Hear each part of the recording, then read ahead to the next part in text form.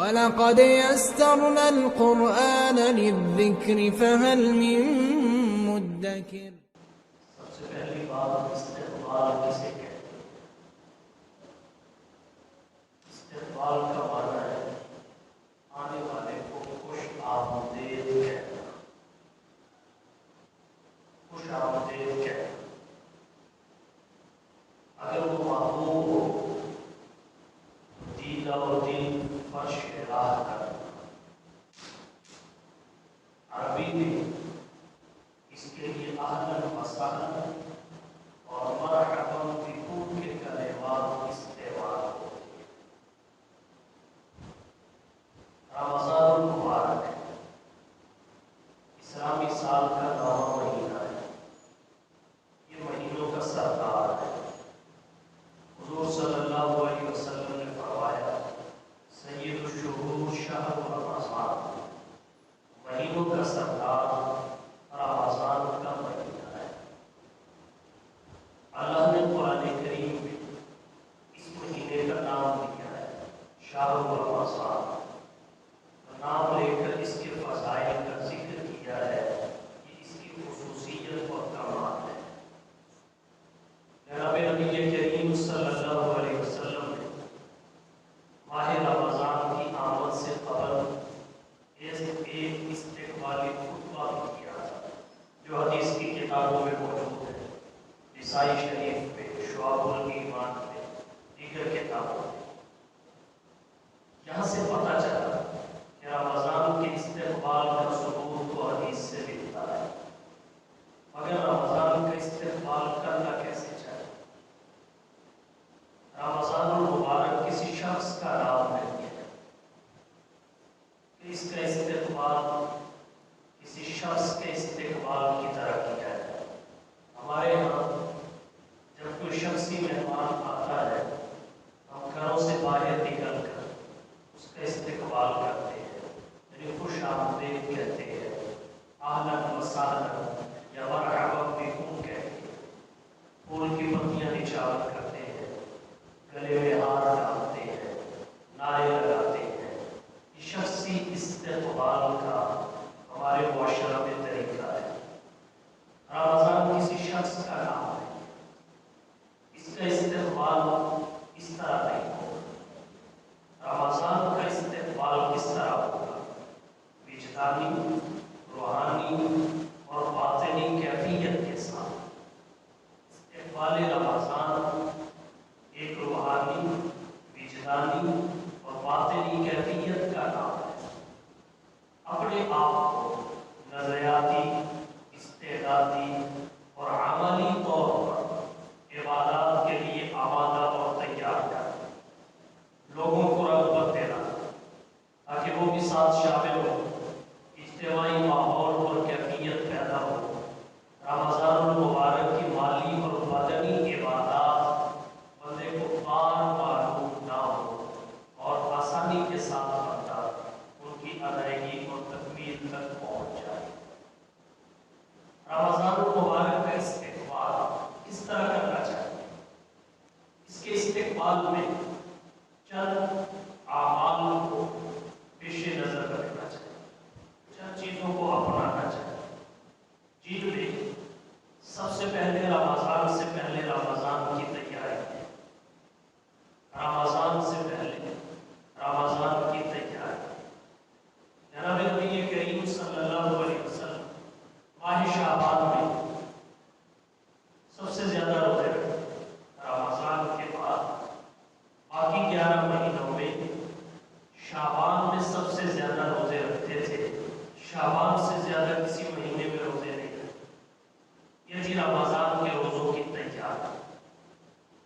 اسلاف امت کا معمول بھی یہی ہے کہ رمضان کی آمد سے پہلے وہ اپنے آپ کو رمضان کی عبادات کے لیے تیار کرتے تھے، نفلی روزے رکھ کے روزے کی عادت ڈال لیتے، قرآن کریم کی تلاوت کے ذریعے قرآن پڑھنے کی عادت ڈال لیتے کہ زیادہ سے زیادہ پڑھ سکے، نماز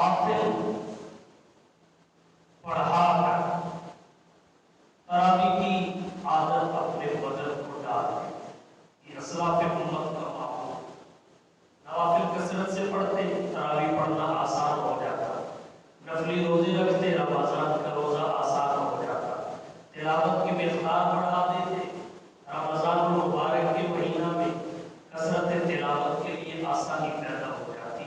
تو ایک عمل یہ ہے جو اپنانا چاہیے.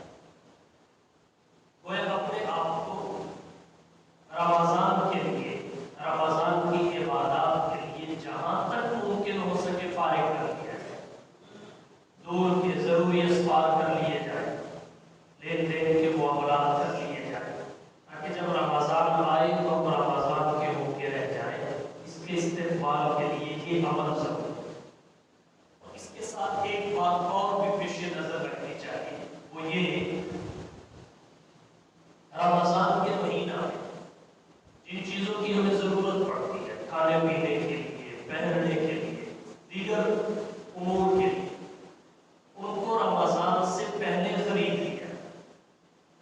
ہاں اگر کوئی چیز ایسی ہے زیادہ دیر تک صحیح نہیں رہ سکتی، خراب ہو جاتی ہے، اس کا تو پہلے خریدنا ممکن نہیں.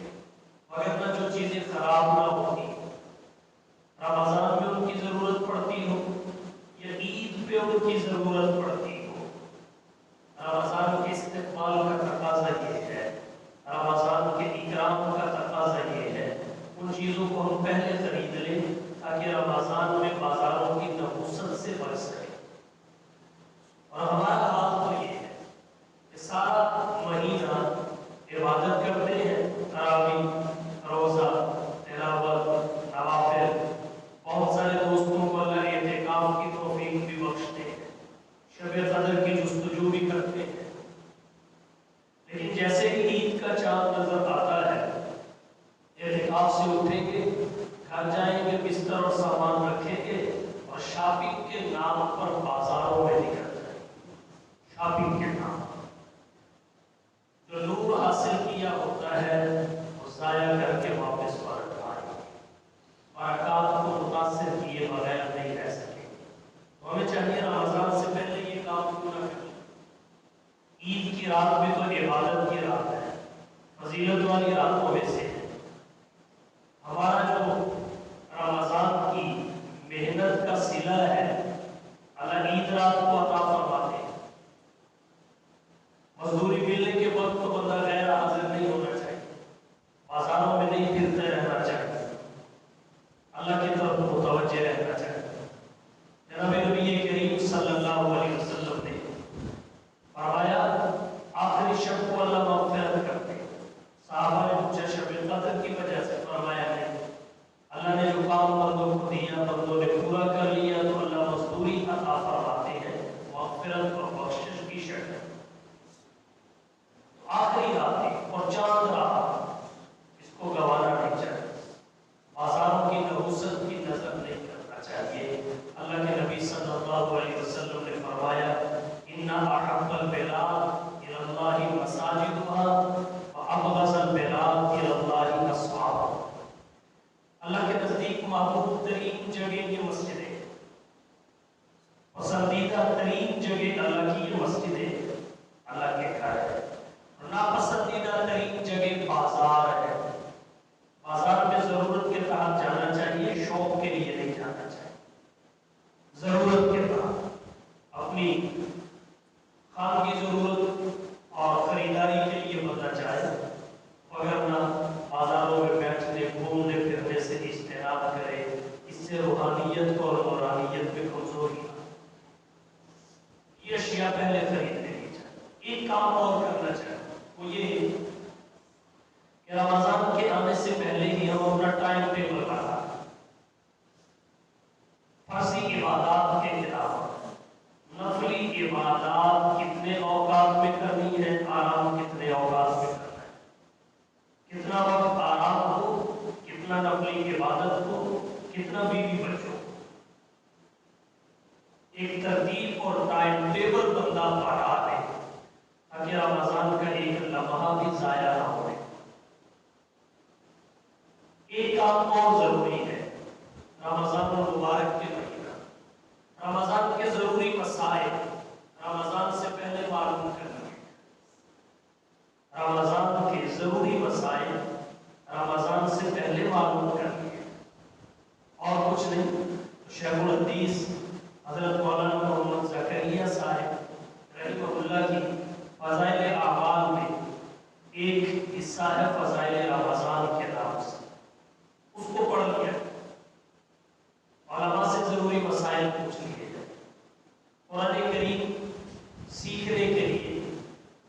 قاری صاحب کا انتظام کر لیا جائے، تجوید کے ساتھ قرآن سیکھا جائے، اور اگر آپ کے قرآن پڑھنے کا انداز ٹھیک ہے تو پھر پہلے سے تلاوت شروع کر لی جائے تاکہ رمضان المبارک میں کثرت تلاوت کو حاصل کرنا آسان ہو۔ جو حفاظ کرام ہیں قرآن کریم رمضان میں سنتے اور سناتے ہیں، انہیں چاہیے ماہ شعبان میں ہی اس کی ریہرسل شروع کر دیں، قرآن کریم کو پڑھنا، دور کرنا، اس کا آغاز کر دیں تاکہ رمضان المبارک میں ان کے لیے آسانی اور سہولت رہے۔ رمضان المبارک کے آنے سے پہلے اپنے گھروں سے خرافات کو نکال۔ خرافات کیا ہے؟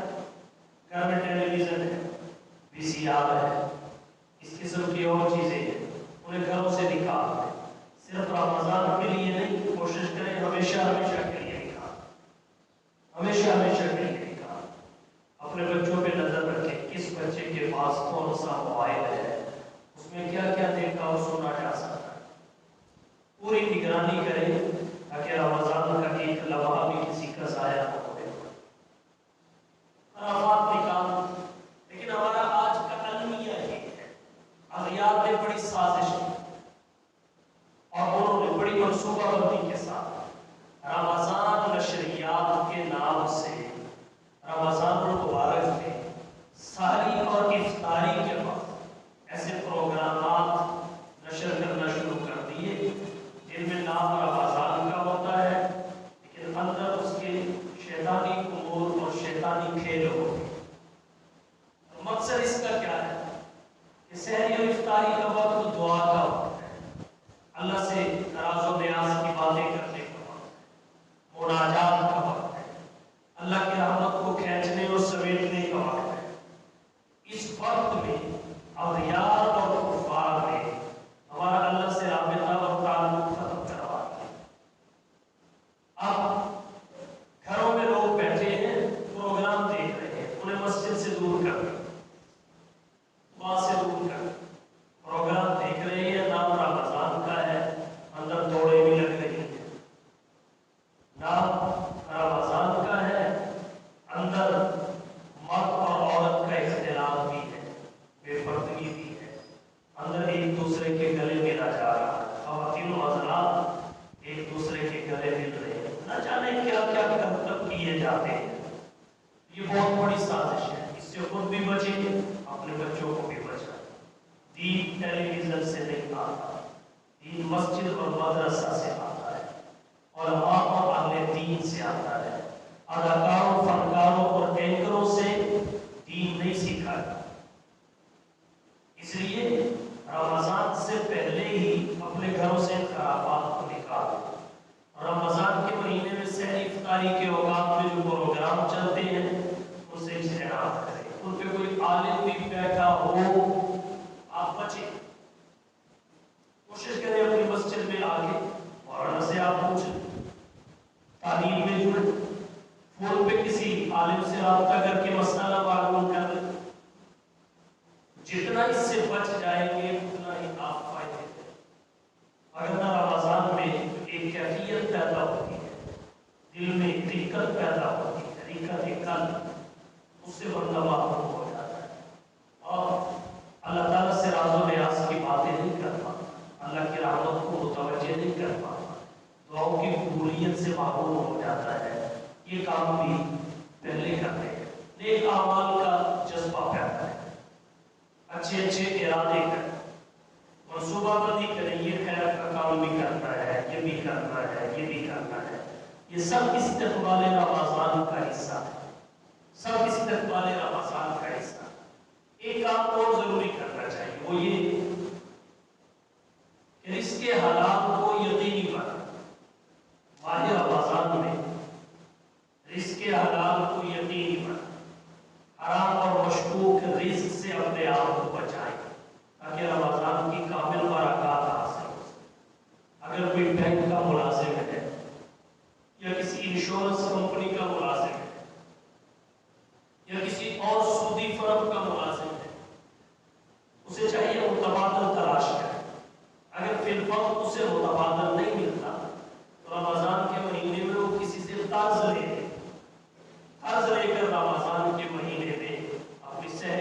صفائی کا انتظام کرے، رزق کے حلال کو یقینی بنائے تاکہ رمضان کی برکات اس سے حاصل ہو سکے۔ حرام سے بچنا چاہیے، جہاں تک ممکن ہو سکے اس سے اجتناب کرے۔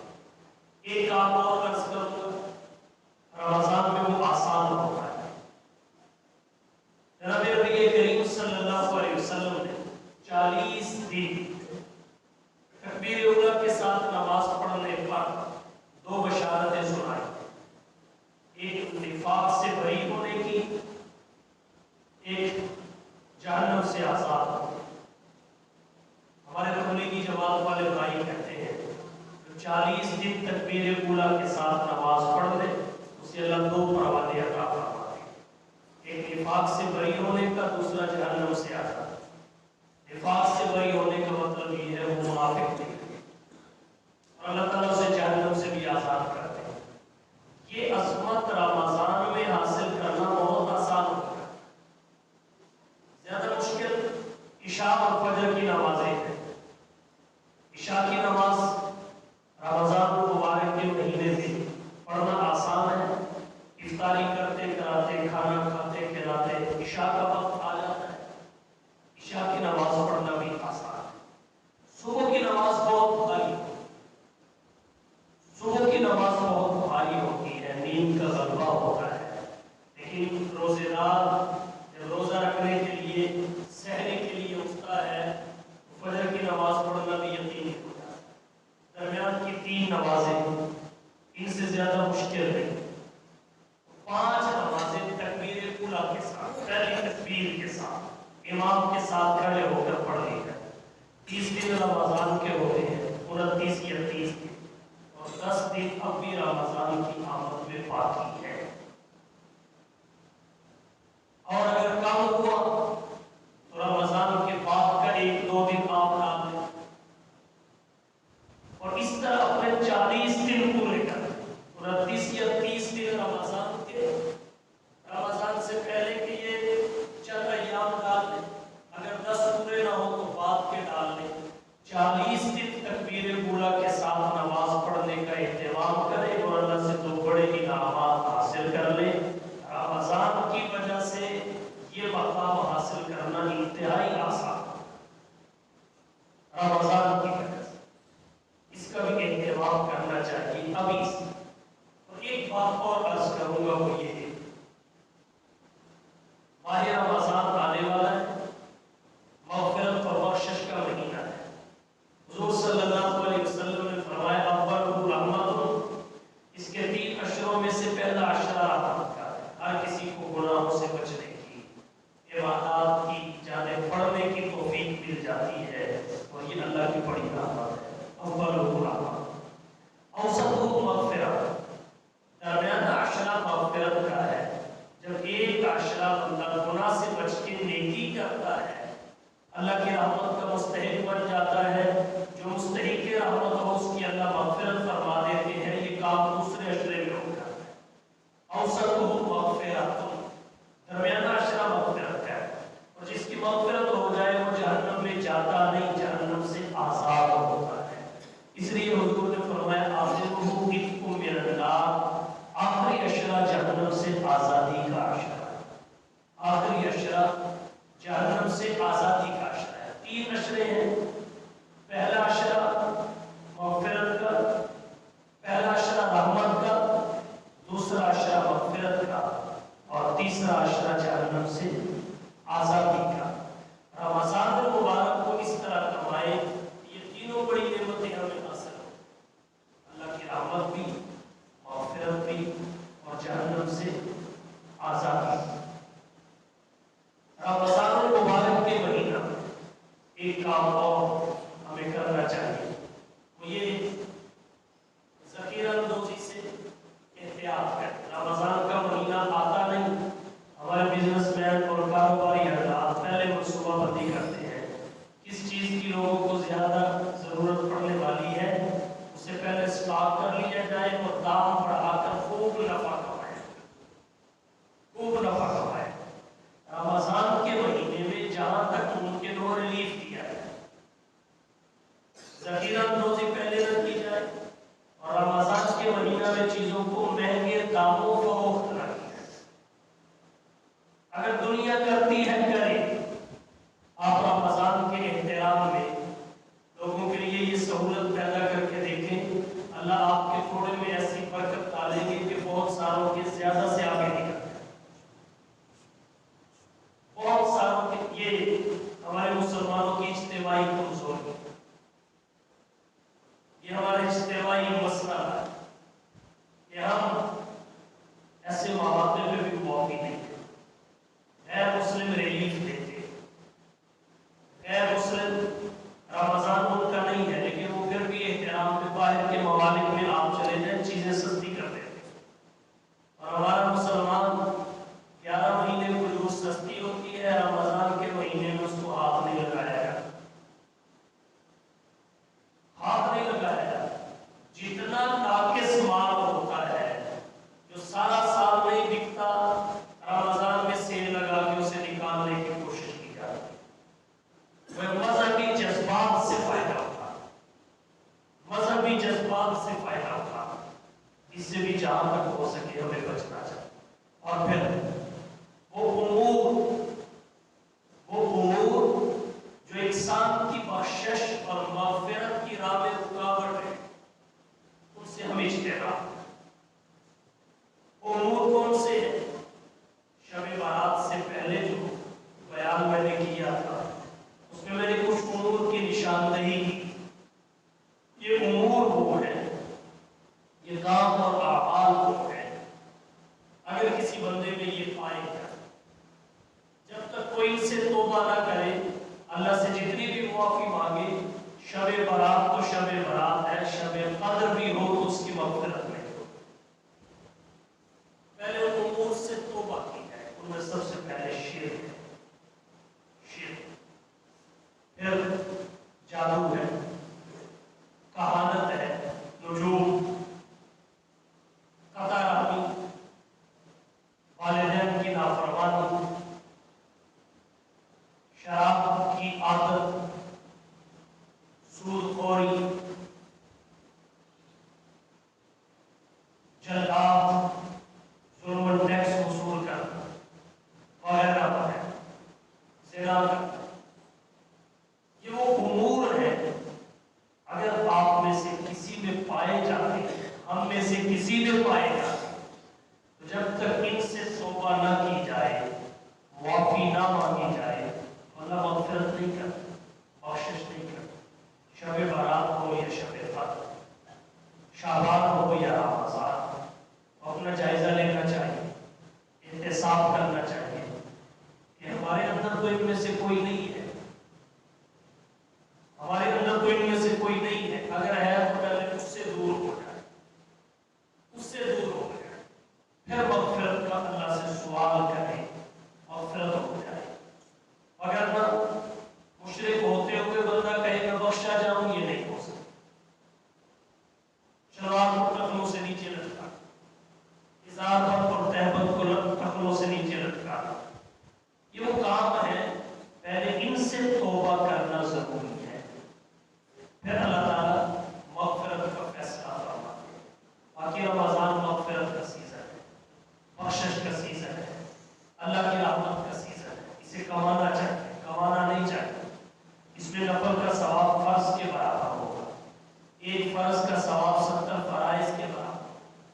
اگر عام دنوں میں قرآن کا ایک حرف پڑھنے پہ 10 نیکیاں ملتی ہیں تو رمضان میں 70 ملتی ہیں، اور یہ بھی ہماری تسلی کے لیے ہے۔ اگر اللہ یضاعف لمن یشاء، اللہ جس کا جتنا چاہتا ہے پڑھا دیتا ہے، خلوص دیکھتا ہے، اخلاص دیکھتا ہے، للہیت دیکھتا ہے، نیت دیکھتا ہے، ارادہ دیکھتا ہے، جذبہ دیکھتا ہے، اندر کی روحانیت، وجدانیت اور کیفیت کو دیکھتا ہے۔ اللہ تعالیٰ ترقی اور اضافے کے فیصلے فرماتا ہے۔ رمضان المبارک کی آمد سے پہلے رمضان کی تیاری کریں، باطنی طور پہ، وجدانی طور پہ، روحانی طور پہ، استعدادی طور پہ، عملی طور پہ، یہی رمضان المبارک کا استقبال ہے۔ یہ کوئی شخصی مہمان نہیں ہے کہ ہم گھروں سے باہر نکل آئے، ہم چھڑیاں لگائیں. مہمان کا یہ حق ہوتا ہے جب آئے تو اچھے طریقے سے اسے لے کے آیا جائے, جب جائے تو اچھے طریقے سے اسے رخصت کیا جائے, خوشی کے ساتھ اسے ہم قبول کریں اور معافی کے ساتھ اسے رخصت کریں.